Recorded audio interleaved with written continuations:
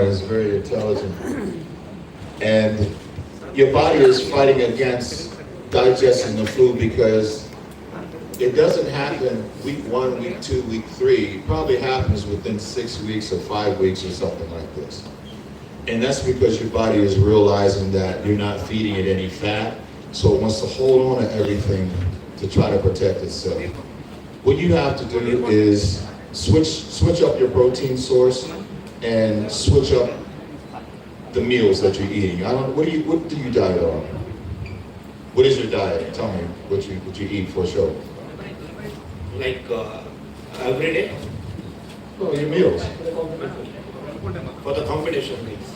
Yeah, your meals. What do you eat for protein? I eat eggs, chicken. Okay. Fish. Do you take isolate? Yes, I do take. Yeah. When you're dieting for a competition, isolate, it's good to take, but it's not good to take for like after 6 weeks of dieting. You don't want to take it every single day because that will also help you. You will also get bloated from that. What you need to do, this is a supplement. It's not a food. It's not food, right? These are supplements.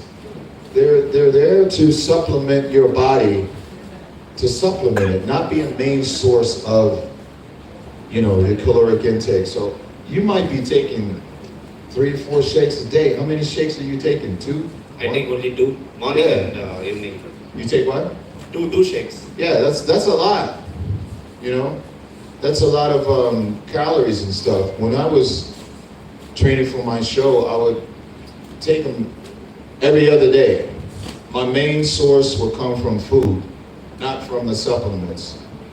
Yeah, so what you want to do is, if you're getting your protein source from chicken, you said, switch it up with some fish. Fish is it's easier for your body to digest fish than constantly eat chicken. Like for me, I couldn't eat steak. I never dieted and ate steak because it's very hard, to digest, especially when you're trying to get lean and cut for a show. So you're trying to force your body to do something that naturally it's not used to doing. So you're going to have to trick it.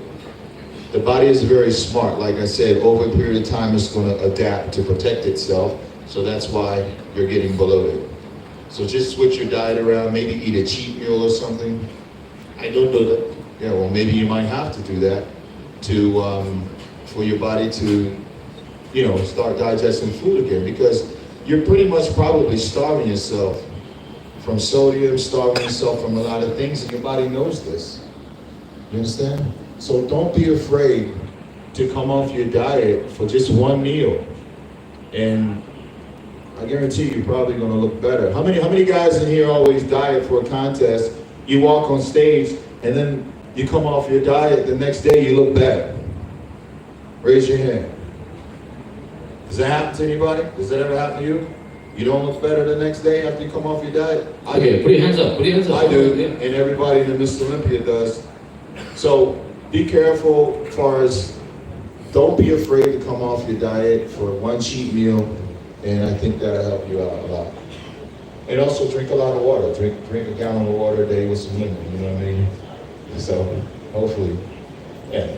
Thanks, man, for the question. Thank you. Right. Yes. Can we have the mic here? Can we have the mic? Get the mic. All right. Yes. Yes. What's your name, sir? My name is Ajay. Okay. I'm just going to ask something interesting and try to make it a little fun. So compared to you all, in your time, Rami, Marquez, comparing them to the current trend of people at the Olympia, the likes of Nick, Hardy, do you think they've all gone soft, and are they all not as big as what you all were back in the days with taking into consideration the tech which you all had back in the days and access to the PEDs and all that? Everything has a time period for change, right? Everything has a time period for change. It's just a different time. It's a different time in life. It's a different time and era for it's just a different time. Well, I could say, yeah, our time I felt was more definition, more symmetry, more presentation, more of all those things. It was almost the foundation of the roots of this sport was built on, Joe Eder said bodybuilding, but it was actually symmetry. You know, the shoulders being here and the waist coming in here, and it's an illusion. Bodybuilding, the sport was created to look like a Greek god, right? Art. And we were taught that way from Joe Eder, you know, to have a small waist and small tie-ins.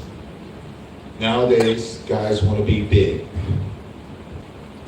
And they don't have that illusion on stage. To give you an example, Lee Labrada's 189 pounds, but he could compete against Lee Haney, who's 240 pounds, and stay next to him to get second in Olympia. You don't see that today because everybody wants to be big. The waist is bigger, the arms are bigger, everything's bigger, and you don't have that drastic from the shoulder to the waist difference, right? That's what we miss, and I think that's why the sport brought, was it the classic bodybuilding, classic physique? Now we have classic men's. Bumstead, right? Bump looks awesome, man. You know. And sir, follow-up questions. I mean, you know, when it comes to training, I mean, do you reckon going all out in every session, or you know, do you have to listen to your body and take a step back, pull back into the? I think everybody needs to rest everything you're doing. You know, if you're married and you see your wife every day, and you're looking at her every day, all day long, you'll get tired. Thank you. Thank you, sir. All right, thank you so much. Thank you. Right now, we have another question. What's your name, buddy? I'm Maz. So my question to you, sir, is I'm just a beginner in gym life. So I've just started 6 months ago, and I want to know how should I be consistent and disciplined in my gym life and my diet. You know. How old are you? How should I be consistent No, and how disciplined? old are you first? Just turned 20. Yeah, you're young, man. You know, that's going to be hard to find right now. You Because I know? have college life, so it'll be Yeah, so what's more important? Your school, right? college. Yeah, Right. basically. So be disciplined in that first. Worry about those books first. And then everything else will happen. What if I want to be like you? Give it I time. can't be. I can't be. Look, listen, I wasn't like this when I was your age. Right? I get it. I didn't know what I wanted to do. I was working construction. I didn't even know I would even end up being a professional bodybuilder. I had no idea. All I knew was whatever I did, I was going to do with 100% of everything I had in my life. So, I wish you the best, man. Okay, we have another person right here. Yes, buddy. What's your name? What's your name? My name is Vignesh. Hi sir. Welcome to Bangalore. Thank you. So my question is, when we are child, our role models are Dorian Yates, then Flex Wheeler, Kevin Levrone, Tony Coleman, something. So who is your role model? Who is your toughest competitor in bodybuilding? And I know you won the 3 to 4 times on the silver medalist in Australia. So that time we are very proud for you because Thank you. your symmetry, awesome symmetry like this. I really like. Sometimes we put in status more times. So Thanks. we are fans. That's why we came for here. So who is your toughest competitor? I believe in Dorian Yates. So tell me your answer, sir. I have to say, when you sit back and you, actually when I think about it, every show is different. Every single show is different. I feel as though there's moments and times where I beat Ronnie Coleman too. And I've actually beat Ronnie Coleman probably 8 times, 9 times, or 10 times. before he turned pro. So that being said, I never feared no man or no one that I competed against. I absolutely loved being on stage next to them every single time I went on stage. I was looking forward to it. They gave me like the drive when I'm setting and I'm thinking about training and everything, right? And I'm visualizing, like, it made me even train harder. Every single time that I didn't win in Miss Olympia, it just pissed me off and I wanted to go and win everything else in the world, right? So if it wasn't for Dorian Yates, the world probably wouldn't even know Kevin Levrone, because he actually pushed me to be better and do things. Long after that Mr. Olympia was over. You guys know we would always do the European tours, right? So he pushed me actually to train harder. Same thing with Ronnie Coleman. You know, Ronnie and I are friends. Those guys, so when somebody is rewarded above you or whatever it is, like, they are my friends. Like, we are still friends. You gotta take every single moment, and you have to learn from everything that happens, you know? And that's exactly what I did, right?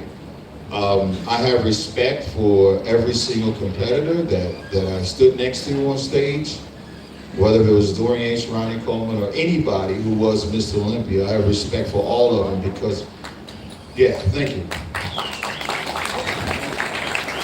Because every single last one of those guys had something to do with me taking the road that I decided to take through everything, you know?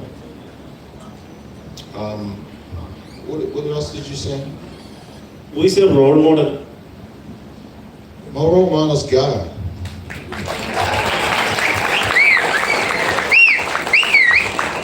I said role model bodybuilder, anything, some people are. I would always pray to God, man, and really just ask him why me? Why he chose me, right? And I want to do what he willing me to do. So I have to say God is actually my role model, still to this day. All right. Yes, sir. What's your name? Ishan here. Very good evening, sir. I hope you're having a wonderful time here. Yes, And, thank you. My question to you is insulin, have you ever used insulin and growth hormone? Is this the reason the modern bodybuilding is, getting out of the hands in terms of conditioning? You know, I think your first question to me was, have I ever used insulin? One time I used it, and it was preparing for the Arnold class.